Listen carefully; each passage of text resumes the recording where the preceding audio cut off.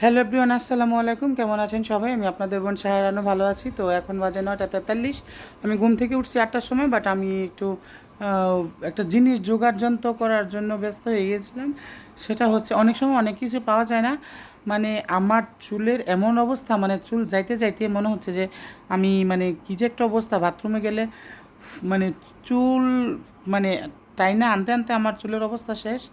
আর যখন চুলে গড়া মানে মাথা আশ্রাই, সাদা টালিগুলো একদম মানে কালো হয়ে থাকে। আমার চুল এত পড়া পড়তেছে। তো আমি অনেক মানে প্রায় 1-1.5 বছর যাবত এই জিনিসগুলো ইউজ করি না, হয়তো তার কারণেই এই জিনিসগুলো ইউজ করলে মানে চুলটা ভালো থাকে আর কি, চুল যায় না, প্লাস খুশকি দূর হয়, সব কিছু মিলে অনেক ভালো। তো আজকে অনেক দিন যাবত দিতে পারতাছি না, তো আজকে আবার নিচ্ছি এটা দেওয়ার জন্য। তো আমি চুলে কী কী ইউজ করব সেটা মানে আপনাদের সবার সাথে শেয়ার করব, সেজন্যই, কারণ আমি সব কিছু আপনাদের সাথে শেয়ার করি। তো এটাও শেয়ার করার জন্য মানে ভিডিও করা। তো এখন দেখাচ্ছি আমি কি কি যে দিব। এই যে এটা হচ্ছে তুলসী পাতা। তুলসী পাতা চুলের অনেক উপকার আসে। আমি এত কিছু ভেঙে বলতে পারবো না। এটা হচ্ছে তুলসী পাতা, তারপরে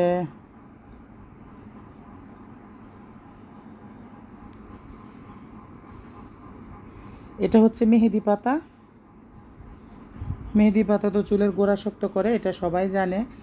আমি এখানে একটা রেমেডি বাদ দিয়েছি, মেথিটা আমার রাতে ভিজাতে মনে নাই, সেজন্য আমি দিতে পারলাম না। তো এটা হচ্ছে মেহেদি পাতা, একদম মানে এখন গাছ থেকে পেরে আনছি।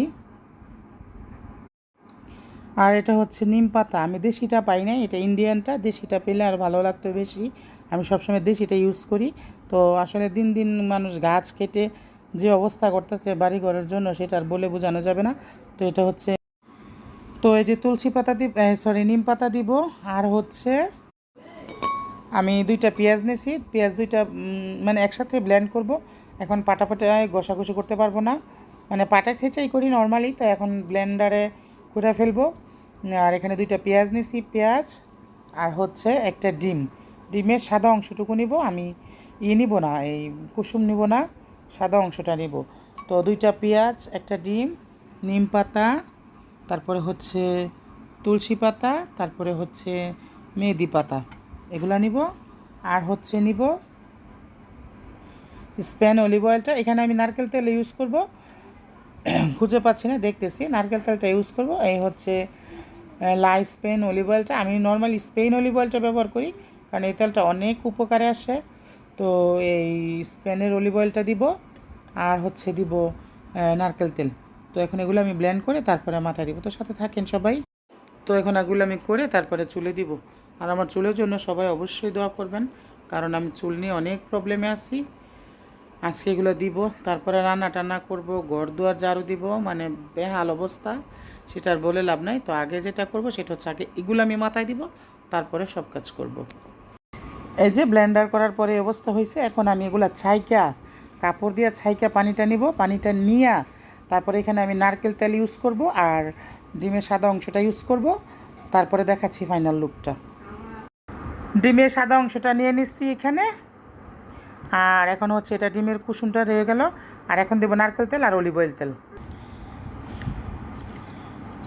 আমি তেলের পরিমাণটা বেশি রাখবো না, যেহেতু আমি আজকে মাথায় শ্যাম্পু করব। প্যারাশুট তেল, নারকেল তেল একটুই দিব। ওকে,